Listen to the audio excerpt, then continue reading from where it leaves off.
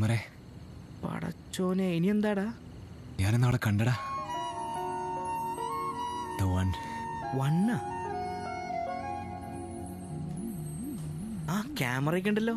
ഇനി നമുക്ക് കുറച്ച് ഫോട്ടോസൊക്കെ എടുത്ത് ലവ് ഫെയിലിയർ ആൽബം അപ്ലോഡ് ചെയ്യാം. എന്തേ?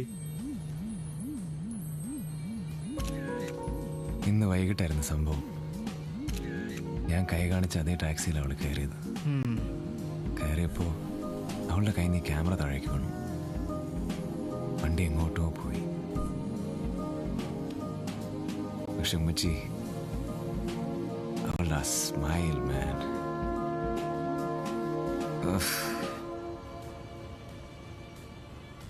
the one. വീണ്ടും കഷ്ടം തന്നെ.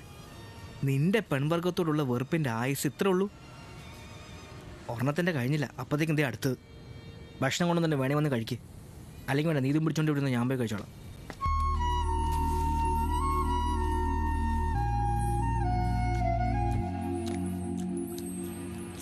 നീ ഒന്ന് ഓർത്തു നോക്കേ, എത്രയോ പെമ്പിള്ളേരെ നമ്മൾ ഡെയിലി കാണുന്നു. എല്ലാവരും നമ്മളെ അട്രാക്ട് ചെയ്യാറുണ്ടോ? എത്ര പേരെ നമ്മൾ നോട്ടീസ് ചെയ്യും? ഭക്ഷണം കഴിക്കുമ്പോൾ ഞാനൊന്നും നോട്ടീസ് ചെയ്യാറില്ല. ശല്യപ്പെടുത്തരുത് പ്ലീസ്. ഇപ്പോൾ ഒരു ക്രൗഡിൽ 100 കണക്കിന് ആളുകൾക്കിടയിൽ രണ്ട് കണ്ണുകൾ നമ്മൾ ക്യാച്ച് ചെയ്യും.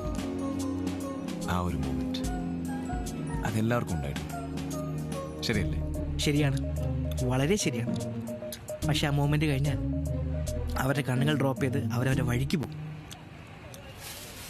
എന്തോ ഇതങ്ങനെയല്ല. ഒരു ഗട്ട് ഫീലിംഗ്. അവളുടെ ആ സ്മൈൽ, എവിടേക്കോ ഇനിയും ആ സ്മൈൽ കാണാനുണ്ടെന്നൊരു തോന്നൽ. ഇങ്ങനത്തെ സ്വപ്നങ്ങൾക്ക് പിന്നാലെ പോകാനൊരു സുഖമുണ്ട്. നിനക്കുമല്ലോ ഉമ്മറെ ഇങ്ങനത്തെ സ്വപ്നങ്ങൾ? പിന്നെ ലോകത്തെ മുഴുവൻ ഞെട്ടിക്കുന്ന ഒരു ഗെയിം ഡെവലപ്പ് ചെയ്യണം. എല്ലാ ഗെയിം ലവേഴ്സും കോരിത്തിരിക്കണം. പിന്നെ സൂപ്പർ മോഡൽസും കൊടുത്താൽ തീരാത്തത്ര ഡോളേഴ്സുമായി ഈ ലോകം കറങ്ങണം.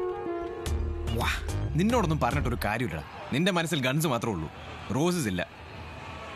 റോസാ പോയി കിടന്നോടാ അവൻ്റെ മണ്ണും മണ്ണാങ്കട്ടെ.